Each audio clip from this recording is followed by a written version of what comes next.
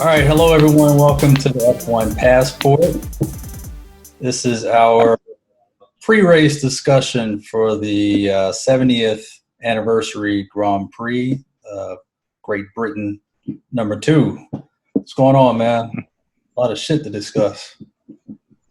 Yeah, man. I guess the first thing is the decision, no decision. Yeah. Made no sense at all. I think the biggest issue I have is just the inconsistency with the FIA. It seems like anytime they make one of these rulings, they're just tossing shit up in the air and seeing what falls or what lands. It's just kind of mindless. Yeah, it does seem a bit arbitrary, most of what they do. Yeah.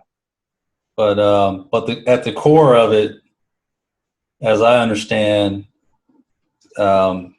the front or the brake ducts were not listed, meaning that they could be bought, the physical hardware and AutoCAD drawings, so that the person who bought it can then manufacture them themselves. Right.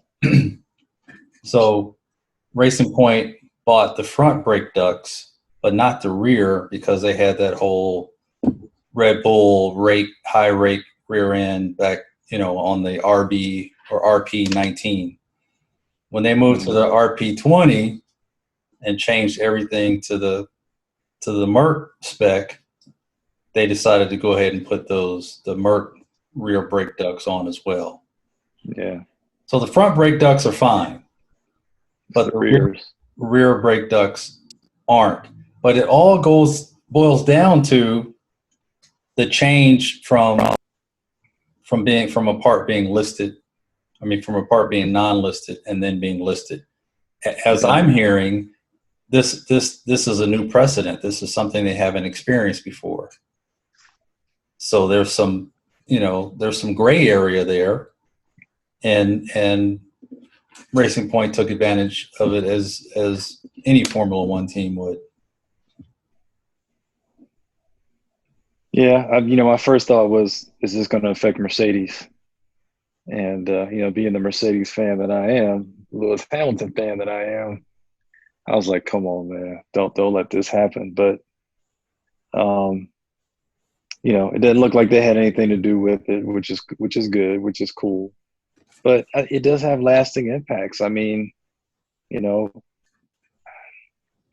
I just feel like people should be able to use other stuff. They want to try to make it more affordable for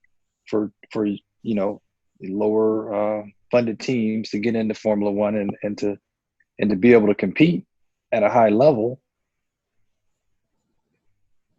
And here you got Haas out there who did a lot of the same stuff when they first came in. So yeah, I don't know.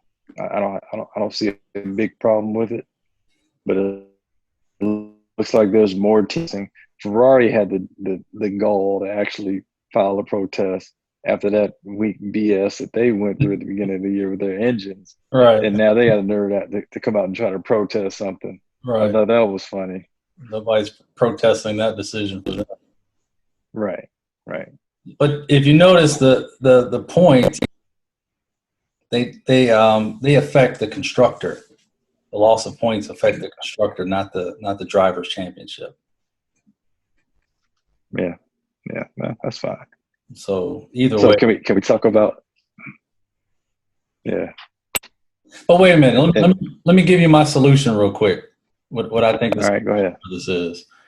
I think that they either need to go. They have two options. One, they either go to straight customer teams, right? Make it so that another team can just buy the whole car, no questions, no nothing, just buy the whole damn thing. And then last year's car. Yeah, last year's car. Mm-hmm. And then if they decide they want to make a part on their own, then they can. No right. ambiguity. Or just make it so that you can't buy any part from a customer. You make all your doggone parts. Yeah, and then you shut down Formula One to just 4 or 5 teams if you do that. So right. I think the only solution is to open it up and let people buy the whole damn car. That's what I think. Customer cars, that's what Peter Windsor's been talking about for a while. Yeah. You know? Yeah. Yeah. All right, where are you going? Just can we go ahead and confirm the fact that Hulkenberg being P3 is confirmation that the Racing Point is fast as fuck. Right. And that was the weak link, and he's the reason why they didn't do so well last weekend. We can stick a fork in that one, right? We can stick a fork in it, and we can also hypothesize that, you know, we don't even know if his inputs helped Stroll get further up the ladder. You know, Hulkenberg is known. You're right, because he did better this week. Right. So not only did he obviously perform out of this world, but he could have helped the whole team advance a little bit further just from his inputs. Yeah, so it's embarrassing, man. It's embarrassing that this dude can come in off the street, having never driven that car, and just knock the socks off of that freaking silver spoon fed pompous little prick who thinks he's, I hate seeing him do interviews and he's trying to look like the wily veteran, like, I've been here, like, this is all just, this is all normal to me. This is just what I do every day. And no, dude. And all of Formula One should be embarrassed because they put this dude on the bench and he's better than over half the grid, half the drivers out there. And he comes in and he smacks them all around and says, hey, look at me. Everybody wants to talk about Vettel. Why aren't you looking at this dude? Right. And then you actually, you're going to get rid of Perez to keep this this little trust fund baby and let him go, toiling around the track, not producing what your car could be producing. That car could be the second best car on the grid if you put a damn good driver in it. Yeah, man. I mean, the Hulk is a superstar. He's got to be the hottest commodity in the paddock now, There's almost no way he's not going to have a drive next year. Should be. And to think about it, they took him out of that seat for Ocon. Woo! Yeah. And Ocon, oh my God! Like I was an Ocon fan back when he first came out.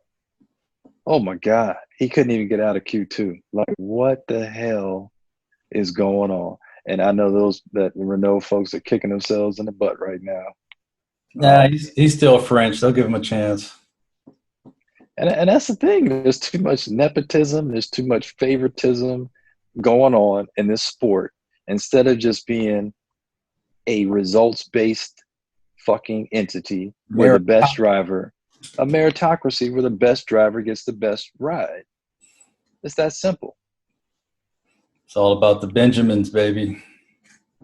It's all about the dollars. I thought it was funny when they interviewed Stroll, and one of the reporters asked, your factory is so close to the track. Have you been to the factory at all between the races? No. He said, what's a factory? Right. Right. Dude, you haven't been to the factory at all? Yeah. No. Bottas is accrediting his pole this week to going to the factory and getting on the simulator. Mm-hmm. They're interviewing both of them, and they've mentioned the work he did in the simulator that helped him out a couple of times. And Lewis said, well, yeah, I was at the factory on the simulator too. He just did a little better than me, that's all. Yeah. But Bottas is a machine. He's a machine. You show him a line, he's going to drive it every freaking time. Where Lewis is an artist, this dude is a freaking robot. Right. He does not mess up. But another thing to bring up another topic is the situation the situation dealing with the brake duct issue is all contingent upon a switch from a rules decision, right? From listed to unlisted. And the day before they were they were unlisted to the day after that they became listed, that a point of demarcation is the key in the scenario for me. The same situation exists with the Perez COVID test, right? I'm like, dude, I saw an article online, and never before have I ever gone into the comments of an article and seen them all so one-sided. It was all, Hulk, no, put Hulk in the car. It was an article about Perez potentially coming back to race this weekend. Everybody wanted the Hulk to race. But the thing is that he took that test last Wednesday and said it was inconclusive, and then took another test on Thursday. Well, that week, the British Health Organization, their policy was that if you came positive on COVID, you had to take 7-day quarantine.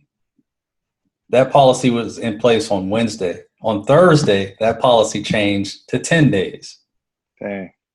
So, they were going by the Thursday test up until they realized that policy had changed, and now we want to go and have it be based on the Wednesday policy or the Wednesday's test, so it could be applicable to the policy that existed on Wednesday, so that this dude could come back after 7 days. And sure enough, he is about to be welcomed back into the paddock. He just has to pass this next test, and failed it. Yeah, well, I mean, it's all a moot point. All the 7 days, 10 days, it's all a moot point. He's got to pass the freaking test first before he can even be considered. And then he can go back to being the average driver that he's always been. It kills me. They talk about these drivers who are good at keeping their tires fresh. That's like being a good loser. Like, who cares how good you keep the tires fresh if you ain't fast and if you're not winning? Like, get somebody in the car who's fast and go out and win some damn races. I mean, last time I heard it was about winning. Right. And yeah, keeping your tires fresh is important. It allows you to, strategize and do all this other stuff. I'm sorry. I want a Lewis or a Max or somebody that's going to go flying their ass around that track and burn the blisters off the doggone track. That's what I want to see. Right. Not these average middle-of-the-pack drivers who might help you develop your car. But what does that even mean? Like, you're in the mid-pack. You might go from 7th to 6th or whatever. That's cool. That's worth millions of dollars. So that means something. Yeah. But why not get a badass in that seat that's going to win some races and get you from 7th to 4th? You know what I mean? So how you feel about Russell these days? Is he showing you anything? I mean, yeah. I still want to see it in a top car, right? I want to see him do a Ricardo, and jump in the big boy car and start kicking ass from day one. I want to see him do a Max Verstappen. I want to see him do a Lewis, and until I see that, like, I'm just going to reserve judgment. I mean, it's impressive what he's doing with that bucket of bolts that he's trying to drag around the track, and I get it, but I still want to see it translate to the next level. Yeah, the perception is that he's in a car that's slower than the Alfa Romeo and the Haas, yet he's beating both of those with the slower car, whereas his teammate can't beat him. So why does Mercedes keep re-signing Bottas then? Yeah, I wouldn't want to see Russell with Lewis next season. It could damage him, I'd want to wait at least another year, let him get his feet a little bit wetter, a little more experience under his belt before he goes and deals with Lewis, and get knocked out like Gasly. I mean, how many drivers have Red Bull gone through since Ricciardo left their sorry asses? And how many more are they going to go through before they realize they should have gave that dude some respect? Yeah, I know. I'll keep saying it, race after race, till he proves me wrong. But what's your boy? Who's in the Red Bull now? His name is Albon. Albon. Yeah, he's not good enough. He popped up that P3, I think, in Q1. I was like, okay, here we go. He's on to something. But nah, man. Anytime Max can get that car up into third, consistently into second row of the grid, and you're languishing down there, barely making it into Q3. Again, writing on the wall. Put Hulkenberg in that car. Like, come on. Right. But that I think that also says something about Red Bull. They're putting so much of their efforts towards Max. I don't think they're even considering the second driver and what he needs. But they have to. They have to, man. You that's where you need two cars to score points. Right. You know what I mean? You need two cars at the front of the grid to help you get better strategy. That's how it was with Lewis when Bottas first came. Lewis was up on the first row, and Bottas was back on the third, fourth row. It took him a while to bed in and get used to that car. Hopefully Albon can do that, but yeah, I don't know. I'm not seeing any signs of life. Yeah. What about Sainz, man? His stock is going down. Yeah, I'm not a big Sainz fan. I never have been. He just strikes me as another one of those middle of the pack drivers. There's nothing really exciting about him. He's solid. He's consistent. But he didn't make me want to watch a race. Peter Windsor doesn't rate him very high. Yeah. I feel like he's in such a great situation right now. He's the leader of the team in what appears to be a great environment, a great team. To go to what's arguably one of the worst environments on the grid, to be second fiddle to someone else, it just doesn't make sense. Yeah. He's going to go there and get chewed up and spit out, and left wondering why. And since we're speaking about Ferrari, like, I'm convinced that Vettel is sucking on purpose. I'm convinced that he is dragging that car around. He's riding around with Offnar. What's his name? Artmar Safnauer to the gas station. Come on, you expect us to believe that shit? I mean, why are you going to be so blatant in your actions and then so cryptic in your answers to questions about it? Because they did the same to him. They were cryptic in dumping him out of the team and not giving him a good answer. So he's like, "Oh, you want to be cryptic? I'll show you what cryptic is. I'm gonna drag this car around in P9, P10 for the rest of this season." No, I hear you on that. I'm talking about him explaining when the reporters are asking him questions about getting in that car with him. Now, don't be cryptic with us. Be cryptic with Ferrari. But if you're going to get into the car with Safnauer and be that blatant about it, then be blatant and upfront with us. Yeah. There's no secret. I need to find another drive next year, so I'll ride in the car with every team manager if that'll help my cause. He kind of said that, though, didn't he? At one point, he said something to that effect, something close to that. Yeah. So I don't know. I'm convinced he's driving a notch lower than what he's capable of doing on purpose. It's kind of like John Force Racing and NHRA.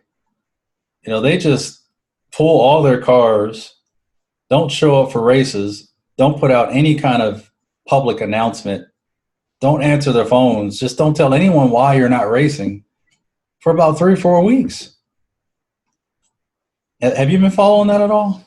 Nah, I haven't seen that. I've been, I watch the races until Cruz gets knocked out, and then I turn it off, which is early because he gets knocked out in the first round of every damn race. He's got a pretty good car this season. Yeah, he's doing better. But it's hard for me to watch him get his ass kicked. Week out. All right, man. Paul di Resta is the new McLaren reserve. Said some haterade type remarks in response to Lewis Hamilton and all the records he's breaking, talking about, well, how many records would Schumacher have broken if they had that many races every season? Yeah, well. And he used to be managed by Lewis's father.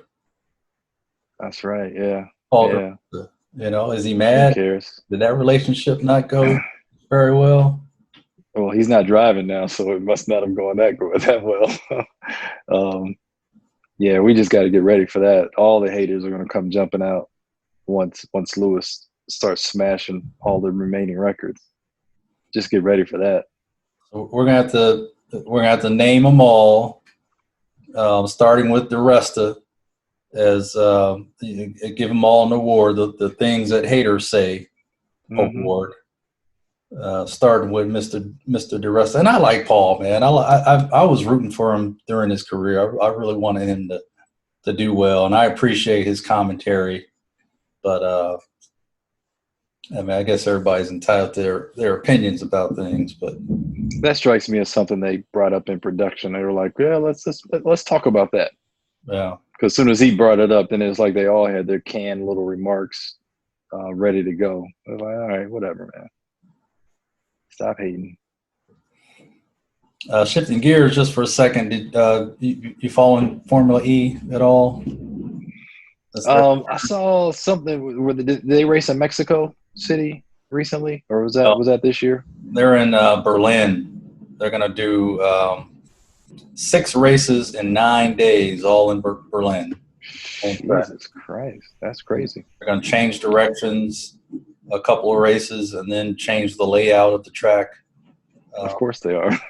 It's Mario Kart, right? Right. Just do whatever. Pascal Wehrlein isn't there anymore. Yeah, what happened to him? He got fired, basically, right? No, he left. He's got some other options he's been exploring, and evidently something fell through. And if the regular season had gone through, he would have finished out the season with Mahindra. Okay. But because of the COVID delay, his other whatever he had announced what he's working on next, because of that he couldn't finish the season with him. Oh, okay. He's the Ferrari simulator tester right now. Yeah, whatever that means. It means he gets to put on the red kit. Yeah. No, fulfill his childhood dream. Yeah. All right, well, get ready for Lewis to be charging like a madman tomorrow. He's going to be all over Bottas's ass. Yeah, and Hulkenberg has a good chance of getting off in front of Verstappen because Verstappen's starting on hard tires. So, and I don't like get on the pole. I don't like that strategy for Red Bull. They're trying to do something different and try a one-stop strategy starting on hard tires. And that can only work if there's no safety car during the race. And that's just that's impossible at Silverstone. Yeah, that just strikes me as desperate. We'll see how it works out tomorrow. Right. All right, man. Looking forward to it. All right, dude. Yep. All right, man. Later. Peace.